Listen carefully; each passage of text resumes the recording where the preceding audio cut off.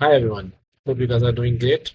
In today's video, we are going to discuss what domain-driven design itself is, and then we'll be implementing the repository pattern within our e-commerce application that we were developing using ASP.NET Core. And before I am going to dive in to the code itself, I'll be discussing in detail what domain-driven design itself is and what repository pattern is, how it's going to benefit us, what are the benefits and what are the, I would say, cons. So before moving to the theoretical part, for those who have just joined me for the first time, we are developing an e-commerce application named eShopOnWeb, which we were developing using ASP.NET Core and having the EF core being used. In our last video, we have developed, we have implemented ASP.NET identity. So without further ado, let's move to the theoretical part. So let me just share this. So let me just open this and okay. So what domain-driven design itself is? Basically, it's a sort of a strategic software design that focus on solving complex domain problems. So the prime focus is on the domain itself rather than the code. And it encourages like collaboration between developer and domain experts using a ubiquitous language, which we will be discussing in the upcoming slides. Then you can think of this is not a single framework or API. It's more of a philosophy and a toolbox. So basically, you can think of domain-driven design as three layers. One is a philosophical core, which is, you would say, a mindset, which is sort of a preparation and initial thinking, the brainstorming thing. Then we have a strategic pattern part, which revolves around the architecture and the structure. Then we have a tactical patterns, which are code level implementations. Okay, before talking about this philosophical core thing, I would say one thing like these things like domain-driven design or repository patterns or any sort of these type of things are sort of an abstract in nature, and at times they feel boring and it's very difficult to grasp. But if you feel similar, so bear with me, and hopefully when we'll be implementing it, you will be having a deep and thorough understanding of each and everything. So don't feel disconnected and disheartened if you find it a bit difficult or a bit abstract at this point of time. Okay, coming back to the philosophical core mindset. It's basically focusing on the domain to understand the business deeply, like the way we are developing the e-commerce application. So we have to focus on the domain itself. Then we have to collaborate with the experts using their language to model the software. Somewhat, if we are developing an e-commerce, then we need to talk about cart, shipping, and that's. Then there are like models which we need to prioritize complexity that gives business value. Then coming to the strategic part, there is an architecture and a structure thing. It tells about like bounded context. What we are going to do, like a larger system, we are going to divide it into meaningful domains. Then there is ubiquitous language, which I've talked about already. It means speak one language with business and in code, like cart or shipping or something. Then we have a context map. It defines relationship between bounded context. And then we have an integration layer, which protects our model from messy integration. This is the actual technical part, and I would say this is the code level implementation. Over here, we have entities. Entities itself have identity and life cycle. Then we have value objects, which are defined by attributes. We will be discussing in detail each and everything in the upcoming slides, just giving you a brief overview. Then we have every aggregates, and then we have a repository pattern, which you can see over here. It retrieves and stores aggregates. And then we have a factory pattern, which encapsulate complex creation logic. And then we have domain services, which is called sort of a stateless domain logic. So coming to the actual core concept of domain, basically, the specific area of business or real world problem your application addresses. For example, an e-commerce system. So it could have like cards, orders, and payments, but your main domain is e-commerce system. And then there comes the ubiquitous language. It's a shared language between developer and domain experts, so they know exactly what they're talking about. Let's say if someone says checkout, both the developer and the e-commerce expert knows what they're talking about. Then there comes the card and the inventory. Then we have entities like objects defined by their identity, which persist over time. Like you can say a customer is identified by a customer ID. Then we have order, which is a like order ID, and a product having a product ID. So these are entities. Then comes value objects. Value objects do not have identities, but they are defined by their properties, like address itself, money, or order item. You can see over here, like order item is a composition of a product and a quantity and price, but it in its itself it doesn't have any identity. So based on other things, it do create certain properties. Then comes the aggregate. Aggregate is basically a cluster of domain objects treated as a unit. Think of like order. Order itself is an aggregate. What does it include? A order can be only completed if there is a customer who's ordering certain items, and those items are going to be shipped to address. So without this, our order in an e-commerce system is not complete. So order is the root entity, and you can see all these are there. And there is a behavior, like if we need to add or remove any item, it's going to be dealt using order only. Then comes the model. Model is basically a set of classes and business logics that reflect your understanding of the business domain. So in a simple term, you can say your understanding of how shopping works, products, and order works. So this is the core concept. Then it includes like entities. It includes not just entities, the value objects, aggregates, and the business rules. And it do which these things we have already like discussed. And then comes the domain service. It do have like it encapsulate the domain logic that spans multiple entities or aggregates. For example, payment processing. So it do involves external systems and multiple domains. So this is what domain services are. Then comes the repository and domain services. Again, repository is itself like abstract data storage, provided access to the aggregates, and domain services we have already discussed. Now come to the main part, which we are going to implement in our application as well. So repository pattern itself is a domain-driven design technical pattern, which help us like abstract data logic, and it persists like an in-memory collection, and it keeps our domain logic isolated from the infrastructure.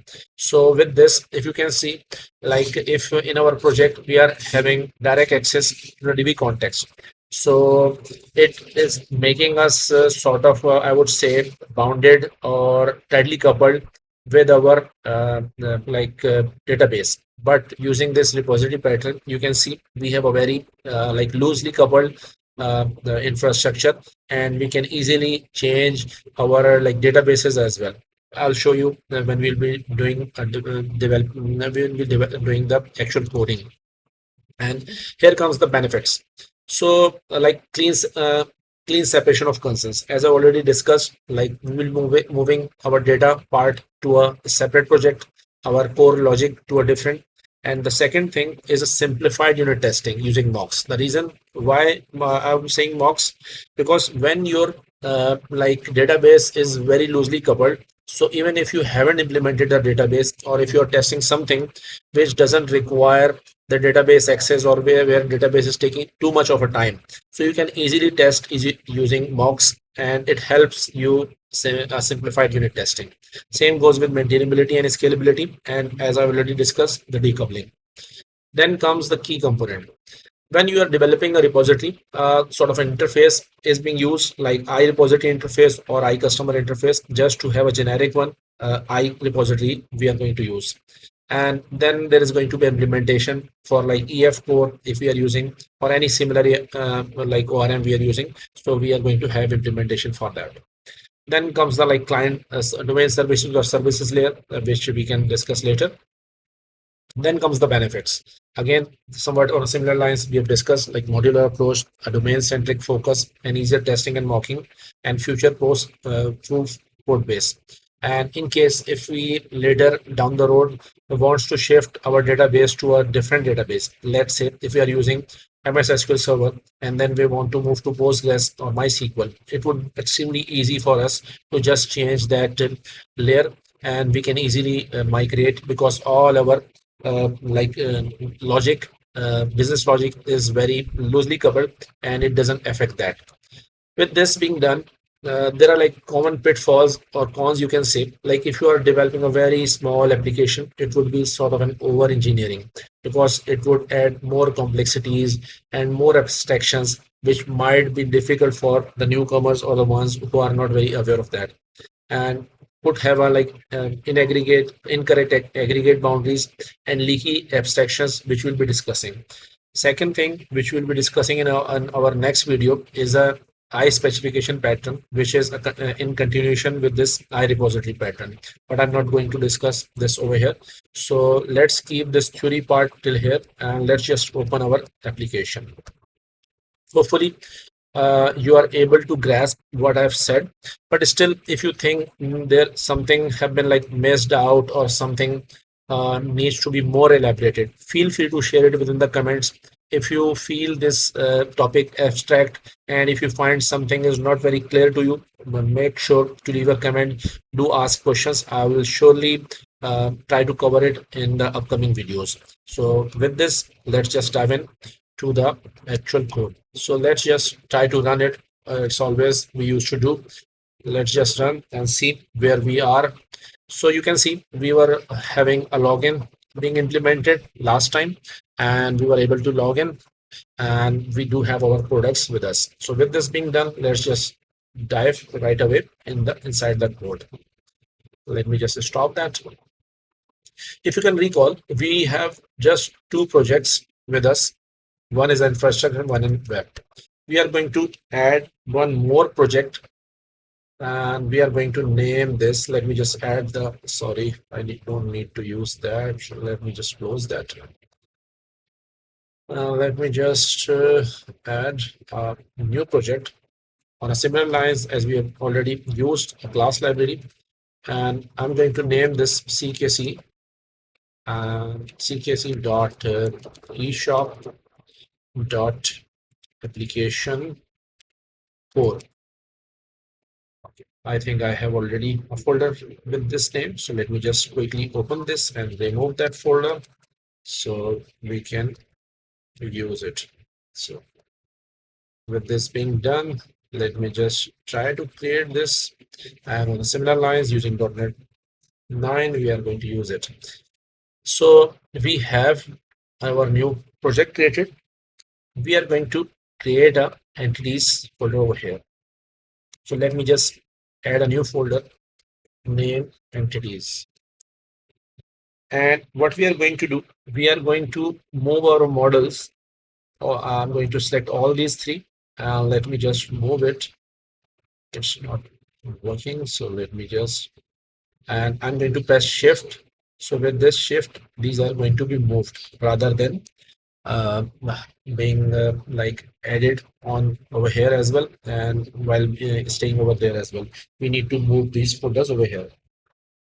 One more thing which I'm going to do, I'm going to add a base entity class. Before adding that, let me just quickly show you these classes. These classes are having an ID field, and this is something which have been shared across all these three types.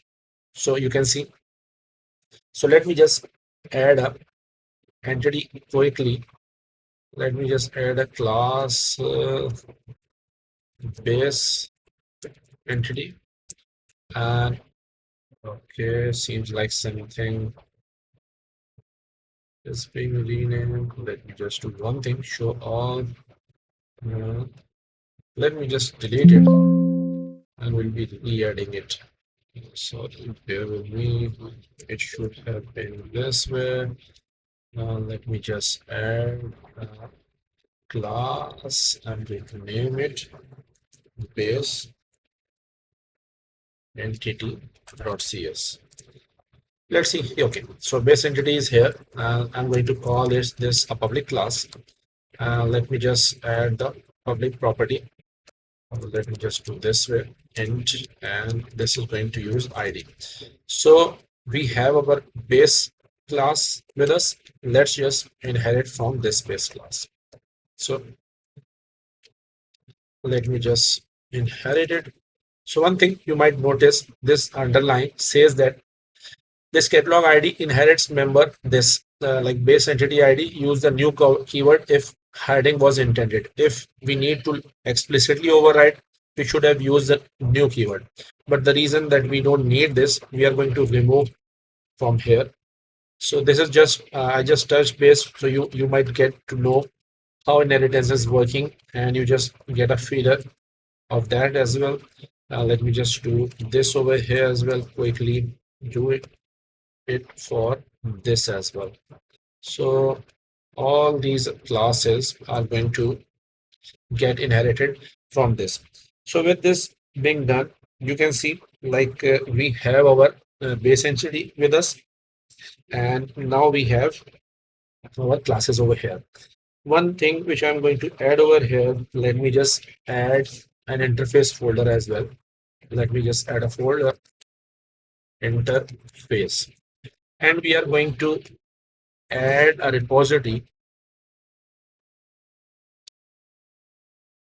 Let me just add a new item, because this time we are going to add an interface, and the interface is going to be IRepository. So I have added a repository interface which we are going to implement, and then we are going to consume it within our catalog service. So bear with me if you are feeling a bit like abstract as of now, but this interface is going to be public. And one thing which we are going to use, we are going to use generic. So hopefully you might know what generic is, but just let me quickly explain this. This repository is going to accept any type T, and we are conditioning it like where this type T belongs to a class. What class? The base entity class. So any class that is of base and is inheriting base entity could have been used with this IRepository. And we do have only 3 classes which are currently inheriting from this base entity class. Quickly try to add those methods. I can let me just add, and I'll quickly explain those. So this is the ID. Then I'm going to add a list of T, and then rather than saying get all, I'm going to say it list. And then for this, I'm going to add T entity, and then I'm going to use the update. For update, I'm going to use wide, and the same for entity. So let me just quickly explain this. We are using this method. A type T is being given to us. Sorry, we are going to get an ID, and a type T is being returned, whichever type we are which have been asked for. Similarly, a list of type T is being returned, and add or update and delete. You will quickly see when I'll be like moving to the actual implementation of this. So don't worry, and just bear with me.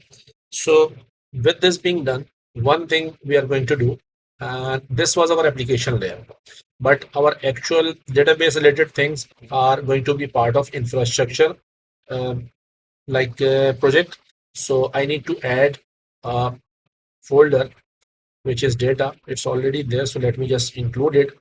And what we are going to do, we are going to move our infrastructure related classes over here. So we have already created 2 infrastructure related classes which was part of the web, but we need to move it over here. I'm doing it using the same data, and with this being moved, so you can see these have been moved to this data.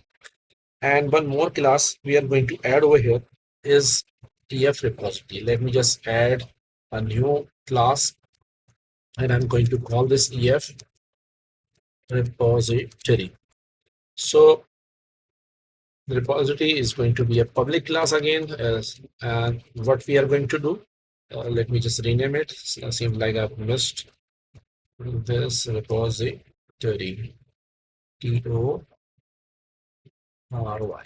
So let me just do this. Okay.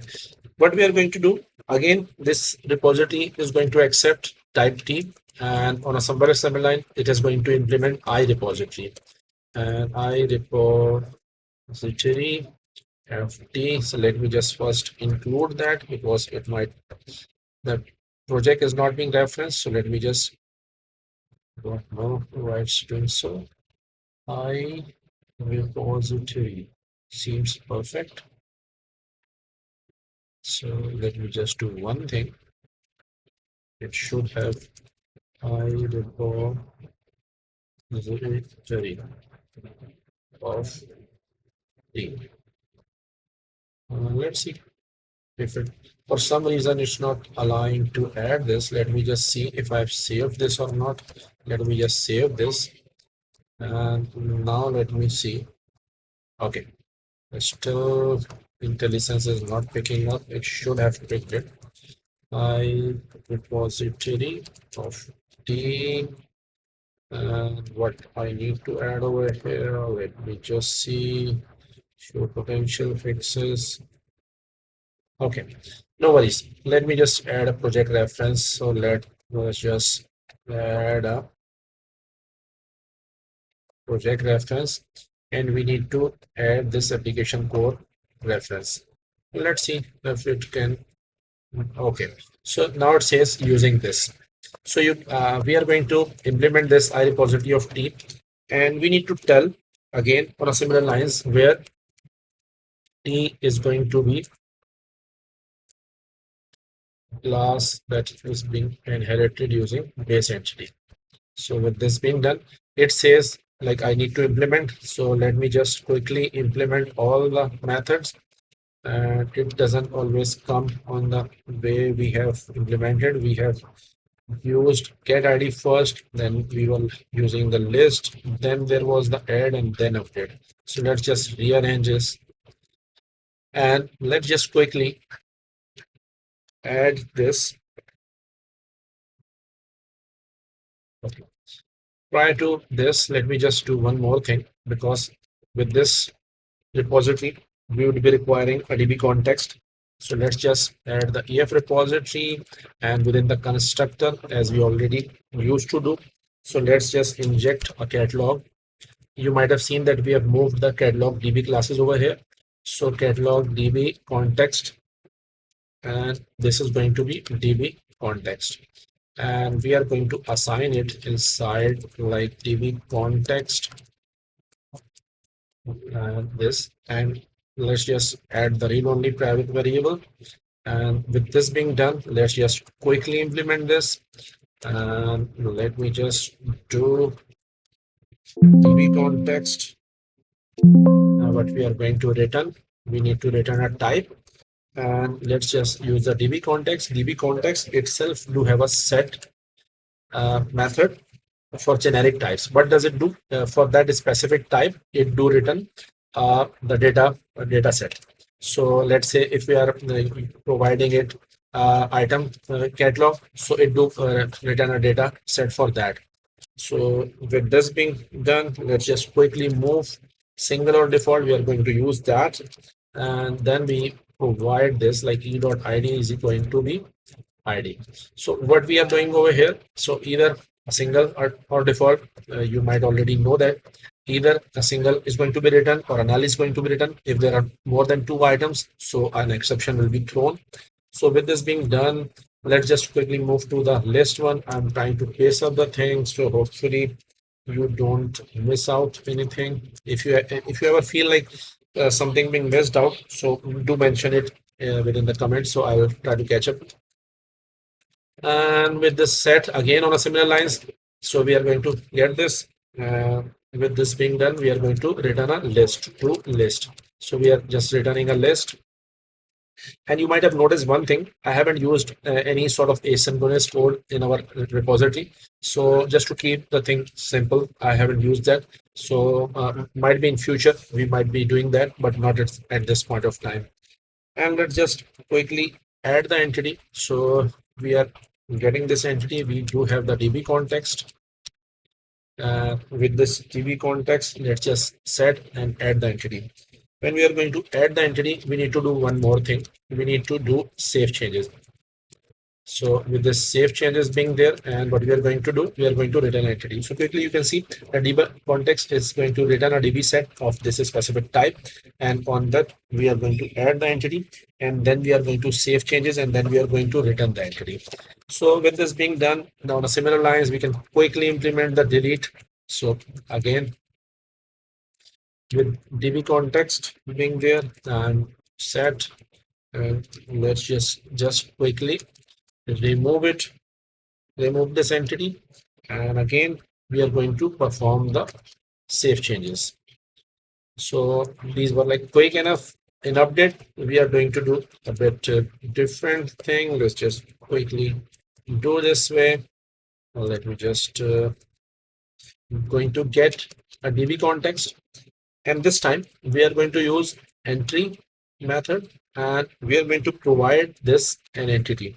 So what does we are trying to do? We are trying to change the state, because we are saying that for this entity, the state have been modified. So it will allow our EF code to save this. So let's just do the entity dot state dot modified. And again, on a similar lines, we are going to do this. So learn one thing I can do. Let me just remove this, and let's just include it in the using. So with this being done, let's just quickly try to run and see how things are working.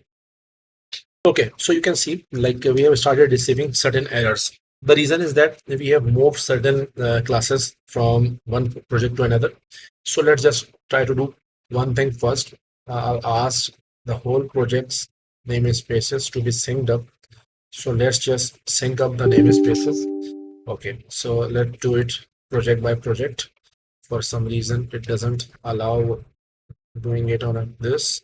So let me just apply this. Okay, let me just save this and close, because this error should not come. Okay, so I just restarted the Visual Studio, and let's just try to sync the namespace. Hopefully it should work. Okay, for this one it worked. So rather than doing it on a solution level, I'm doing it on a project level. So what this namespace is going to do, you can see we have moved the entities, and it was having a namespace of web, but now you can see the namespace is properly well aligned with the folder name, and seems like one thing haven't done that well. Let me do it once again. See, I feel like it's not being done correctly. Yeah, now you can see. So these have been done properly. So let's do one more time, because I feel it's not being done on other projects as well. So it's been done. So let's just try doing it over here as well. And let's try to do it here as well. Okay, so with this being done, you can see the catalog brand itself is inside this entities folder, and the namespace is well aligned with the project name and the folder. So with this being said, let's just try to quickly compile, because I'm expecting certain errors to come up, and so I'm just trying to resolve it in front of you so you can quickly get to know what I've done to make it working.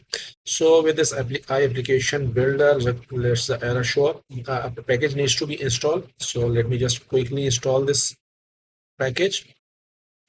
With this package being installed, let's just quickly add the namespace. Okay, this has been working. The namespace needs to be added over here. What else? Let's just quickly go to the other issue. So basically we have moved to another project, and we need to use the DI thing. So let's just add this dependency injection extension over here as well.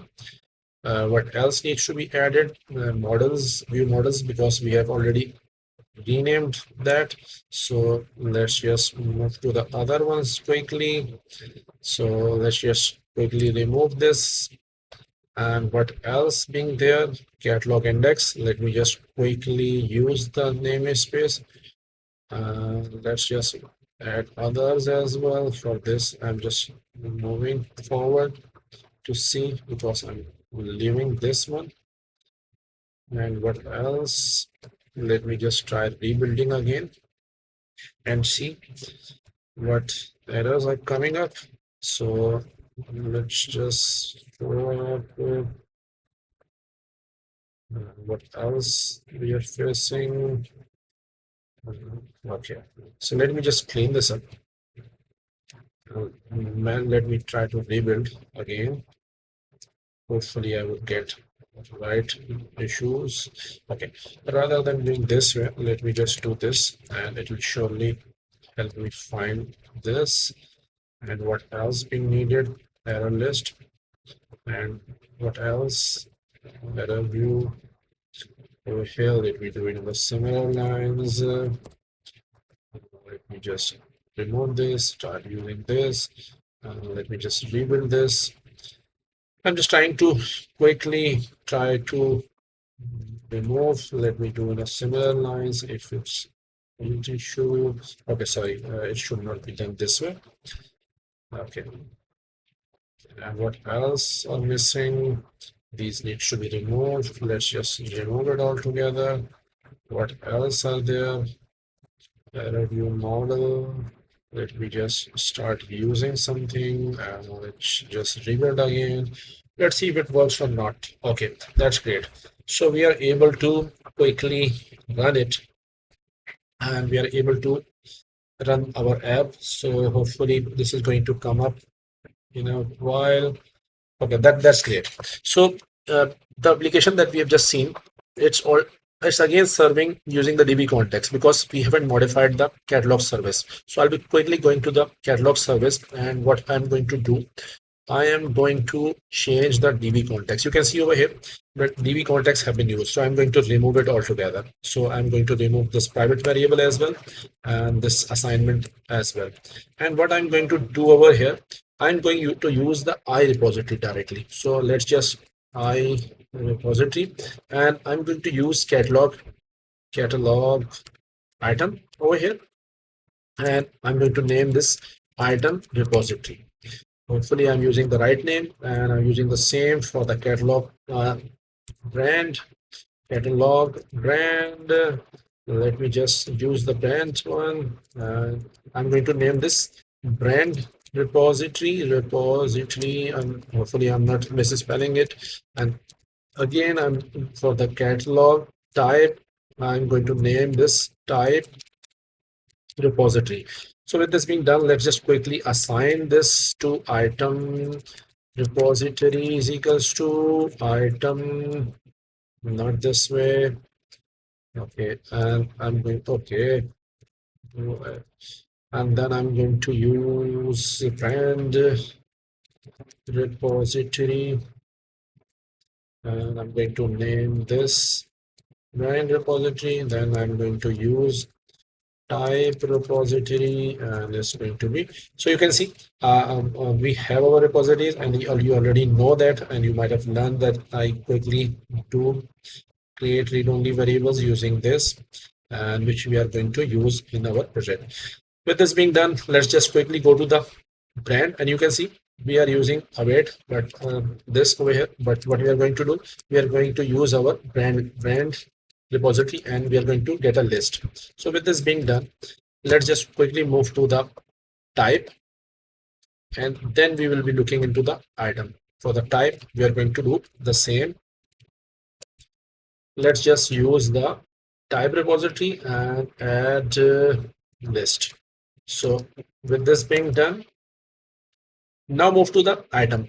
With item, we were doing one thing. We were somehow filtering the data because item could have been filtered using a brand type and a brand as well as a type. So over here we haven't implemented any filtering as of yet, so bear with me, and we are going to like rework on this using I specification in the next video. But for the time being, we are going to use the item repository, and instead of providing or filtering anything, we are just going to provide the list, and we are going to comment this out for now. Let's just use root with count. And what else we are going to do? We are going to get the list. And let me just remove this await, and let me just quickly try to run, and it was going to build, but there should be an error, and I'll be quickly showcasing you. The reason is that we have created the iRepository. We have injected the iRepository, but we haven't mentioned our dependency injection framework, how to use a specific concrete implementation. So you can see like we have this being there. So let's just quickly add our repository thing. Let me just add it just right after. So let me just stop this. Let's just add the builder dot services dot add. We are going to add a scope service, and this time we use type of what? iRepository. So one thing is the iRepository. So this way, and whenever a specific iRepository is being injected, so what we are, the DIT container needs to provide, it needs to provide a concrete implementation using EFRepository. Let me just quickly do this. I'm just trying to paste it up. And with this being done, type of this, let's just something is being missed out. What I'm missing, right, is code. Okay, sorry, I've done it the wrong way. This one being done, this should be type of. Okay, hopefully it should work now. Let's see if it's going to work or not. So okay, that's great. So you can see all the products are getting loaded, but as we have changed certain things, so if you try to filter it out, you'll see like again all the items are getting written. So hopefully you are able to follow along with me, and we have successfully implemented the IRepository pattern, and not just quickly implemented that, but I anticipate you might have learned how domain driven design work and how basically repository pattern work. So there are a couple of things which we will be covering in our next video, but I'm very hopeful that you have quickly learned how repository pattern works, how we can have a concrete implementation of iRepository pattern. Basically, it's I'm using iRepository repetitively. It's a repository pattern, and hopefully you have learned so far. If you feel that this video is useful, feel free to share it in your circle, as well as subscribe the channel and like the video. And if you think anything else needs to be shared or mentioned, so feel free to let me know in the comments. And if there is something missing, something needs to be more elaborated, and do share that in the comments as well. Thank you for now. Have a nice day. Bye.